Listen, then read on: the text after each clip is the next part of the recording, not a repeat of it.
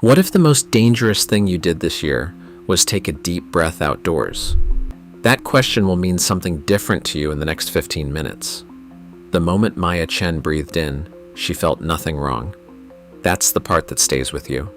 Not the coughing that came later, not the CT scan, not the diagnosis in a quiet Phoenix office on a Wednesday afternoon. It's the breath itself. Clean desert air that smells like warm stone and sage. The kind that makes you think, this is why I moved here. It was a Saturday in early 2024. Maya was 31, 6 weeks into a new tech job, newly relocated from Seattle to Phoenix. She'd driven 2 hours north to Sedona because a coworker said she had to. The red rock formations rose around her like something from another planet, burnt orange and rust red, ancient and enormous, glowing in the late morning light. A light wind moved through the canyon, stirring the dry scrub, lifting a thin veil of rust-colored dust from the trail and carrying it forward. Maya walked right through it and breathed in deeply. The kind of breath you take when you feel like you finally arrived somewhere beautiful. What she couldn't see, what no one can see, were the particles she pulled into her lungs in that single inhale. Microscopic, weightless, no smell, no taste, no texture. Her body registered nothing. No cough, no sneeze, no burning. She exhaled and kept walking. She took a photo of the view and sent it to her mother in Seattle with a single caption, "I think I love it here." Here's the question that should be pulling at you. What happens to a fungal spore once it reaches a human lung? And the one that matters even more, why do most people survive this unscathed, while others end up with both lungs full of fungus 3 weeks later? Maya didn't know which category she was in. She was about to find out. Coccidioides immitis doesn't look like a threat. In the soil, it grows as a quiet, thread-like mycelium network, patient, woven through the alkaline, arid dirt of the American Southwest. Arizona, California's Central Valley, Nevada, Utah, New Mexico, West Texas. It has lived in this soil for thousands of years. It is, in every sense, native to this land. The danger begins with disturbance. When the soil is disrupted, by wind, by construction equipment, by ATV tires, by hiking boots on a dry trail, the mycelium breaks apart into infectious spores called arthrochonidia. They are small enough, light enough to go airborne and stay airborne, small enough to bypass the nose, the throat, every filter the respiratory system has evolved, and reach the alveoli, the tiny air sacs deep in the lungs where oxygen crosses into the bloodstream. Inside a warm mammalian body, something remarkable and terrible happens. The spore doesn't stay a spore. It converts into a spherule, a round, thick-walled structure unlike anything in its soil-dwelling form. The spherule fills with endospores and swells. Then it ruptures, releasing dozens into the surrounding lung tissue, each capable of becoming a new spherule. This is not metaphor. It's documented fungal biology, photographed and studied, and still not fully understood. The CDC estimates 10,000 to 15,000 reported cases of Coccidioidomycosis annually in the US, with researchers believing the true count runs 3 to 10 times higher due to systematic misdiagnosis. In Arizona alone, in 2024, there were 14,763 confirmed cases, a 13-year high, and 86 deaths, according to an investigative report by KJZZ, 86 people from a single breath. The reason most cases go undiagnosed is almost elegant in its cruelty. Valley fever mimics bacterial pneumonia. It mimics influenza. Sometimes it mimics tuberculosis. The average time between first symptoms and correct diagnosis ranges from 6 to 22 weeks. 6 weeks is a long time to be treating the wrong disease. Day 8. After the Sedona hike, Maya developed a dry cough. It wasn't dramatic. It was the kind of cough you ignore, a tickle at the back of the throat that interrupts a meeting and sends you reaching for your water bottle. Her temperature read 99.8 degrees Fahrenheit that evening. Not high enough to call in sick, just high enough to feel slightly wrong.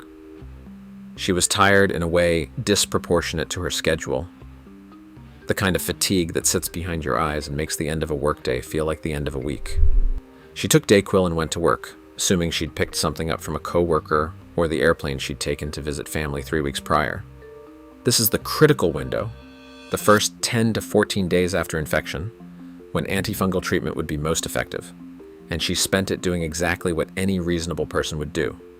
Nothing. Because nothing about her symptoms signaled emergency. Inside her lower lung lobes, the biology was moving faster than her intuition. The arthroconidia had already converted to spherules. Her immune system had mobilized, macrophages, the body's primary fungal hunters, attempting to engulf and destroy them. But the thick cell walls of Coccidioides resist phagocytosis. The macrophages couldn't break through. Inflammation built in the alveolar tissue, fluid accumulating where air should be. By day 12, the cough was worse. She was waking at 3 a.m. with her sheets damp from night sweats. She had lost 4 pounds without changing anything she ate. She Googled her symptoms and got the usual algorithmic chaos. COVID-19, mononucleosis, walking pneumonia. She booked a telehealth appointment. The doctor listened and prescribed a Z-Pack, a standard azithromycin course for suspected bacterial respiratory infection. She took every pill. Nothing changed. But here's the thing. That failed prescription isn't a story about one careless doctor. It's a story about a system-wide blind spot happening to thousands of people right now who have no idea. If you're finding this useful, hit subscribe. We cover exactly these kinds of hidden health risks that mainstream media misses. Day 19, Maya sat in a radiology waiting room while a CT scanner mapped the interior of her chest. The images were not what anyone hoped for. Bilateral infiltrates, lung tissue filled with fluid and cellular debris instead of air, spread across both lower lobes. Multiple nodules, 3 to 11 millimeters across, scattered through the tissue like small stones. Hilar lymphadenopathy, the lymph nodes at the roots of her lungs swollen, her immune system broadcasting its distress. The radiologist's report used careful, non-committal language. Atypical pneumonia, fungal etiology cannot be excluded. A pulmonologist ordered a bronchoscopy. A thin camera threaded down through her airways while she was sedated, followed by a bronchoalveolar lavage. Sterile fluid flushed into the affected lung segments and retrieved, carrying cells and organisms from deep in the tissue. The sample went to pathology, and the results identified Coccidioides spherules. Her serology confirmed it. IgM antibodies present, indicating acute infection. Complement fixation titer at 132, a measure of how aggressively her immune system was responding to the fungal burden, and at 132, the response was significant. Her pulmonologist delivered the diagnosis in an office with afternoon light through the blinds, with the kind of measured calm doctors develop specifically for delivering unfamiliar news. Valley fever. Coccidioidomycosis. Maya's response, which she later described in her own words, "I've never heard of that." Her pulmonologist's response, "Most people haven't. That's part of the problem. For roughly 60% of people who inhale Coccidioides spores, nothing happens. No symptoms, no illness. The immune system neutralizes the infection silently and builds partial immunity.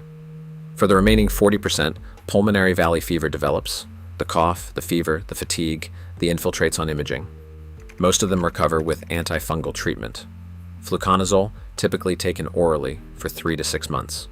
But in approximately 5% of symptomatic cases, the fungus does something far worse. It escapes. Disseminated coccidioidomycosis occurs when the infection breaches the lung barrier and spreads hematogenously through the bloodstream to other organs. The most common dissemination sites are bones and joints, where the fungus causes osteomyelitis severe enough to require surgical debridement. The skin, where it forms ulcerating granulomas that can persist for years, and the meninges, the membranes surrounding the brain and spinal cord. Coccidioidal meningitis is the complication that infectious disease physicians describe with a particular gravity. Symptoms: severe headache, neck stiffness, sensitivity to light, altered mental status. Without treatment, death follows within weeks. With treatment, fluconazole, taken orally, patients can survive. But here's the part that doesn't resolve cleanly. For the meningeal form, you take the medication for life. Not until symptoms clear. Not for a year. For life. Because if you stop, the meningitis returns. There is no cure for coccidioidal meningitis. There is only ongoing suppression. Certain populations face dramatically elevated dissemination risk. The immunocompromised, those on chemotherapy, organ transplant recipients, people with HIV, pregnant women, particularly in the third trimester, people of Filipino or Black ancestry due to a documented variation in immune response genetics, and people with no prior Southwest exposure, no partial immunity from previous low-level infection. Maya was in that last category. 31 years old, from Seattle, never spent significant time in an endemic zone. Her titer of 132 placed her at elevated monitoring status. They would watch for dissemination signs for 6 months, every new headache evaluated, every joint pain reported. If you're wondering what that 6 months feels like, Maya said it felt like waiting for a verdict that might never come. The 2024 numbers from Arizona aren't a statistical anomaly, they're a trend line. The 14,763 confirmed cases represent a 13-year high, but confirmed cases are only the visible surface. Applying the CDC's 3 to 10 multiplier for undiagnosed infections to Arizona's 2024 numbers produces a potential true infection range of 44,000 to 147,000 people in one state, in 1 year. Who is getting infected? Construction and agricultural workers. Soil disturbance is their occupation. Military personnel at bases like Luke Air Force Base and Fort Huachuca, both in endemic zones. And increasingly, transplants. Arizona gained over 100,000 new residents in 2023 alone, according to U.S. Census data. People arriving from Oregon, Washington, the Midwest, the Northeast, places where Coccidioides doesn't exist and no physician ever mentioned it, where a fungal infection from breathing outdoor air doesn't register as a real risk. And the geography is shifting. Rising temperatures and expanding drought cycles are pushing the Coccidioides habitat north and west. Researchers have already identified cases in Washington state, Maya's home state, in patients with no travel history to traditional endemic regions. The fungus is moving. The public awareness is not moving with it. There's a structural reason valley fever stays under-discussed, and it's worth sitting with. Studies from the Valley Fever Center for Excellence at the University of Arizona document that patients average 6.1 physician visits before a correct diagnosis. Not because physicians are careless, but because valley fever mimics bacterial pneumonia so precisely that those trained outside endemic regions don't include it in their differential. They see the symptoms, prescribe antibiotics, and wait. The antibiotics do nothing. The patient returns. The cycle repeats. The economics of awareness matter too. The CDC's Valley Fever Awareness budget is a fraction of what's allocated to Lyme disease, which carries comparable annual case counts but far greater public recognition. The result, a disease affecting tens of thousands annually that remains almost entirely invisible in mainstream health conversation. There's also the most people are fine problem. Because 60% of infected individuals are completely asymptomatic, the disease is easy to categorize as low stakes. But for the 40% who develop pulmonary disease, and the 5% of those who disseminate, the stakes are not low. They are, in some cases, permanent. Maya Chen is back at work, still living in Phoenix. The nodules the CT scan found are calcified now, permanent granulomas, scar tissue where the fungus once was. Stable.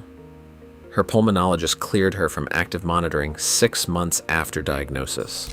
She's fine, in the way that fine means. No ongoing treatment, no dissemination, no meningitis, just small white marks on her lung scans for the rest of her life. She described the experience once in a way that's hard to forget.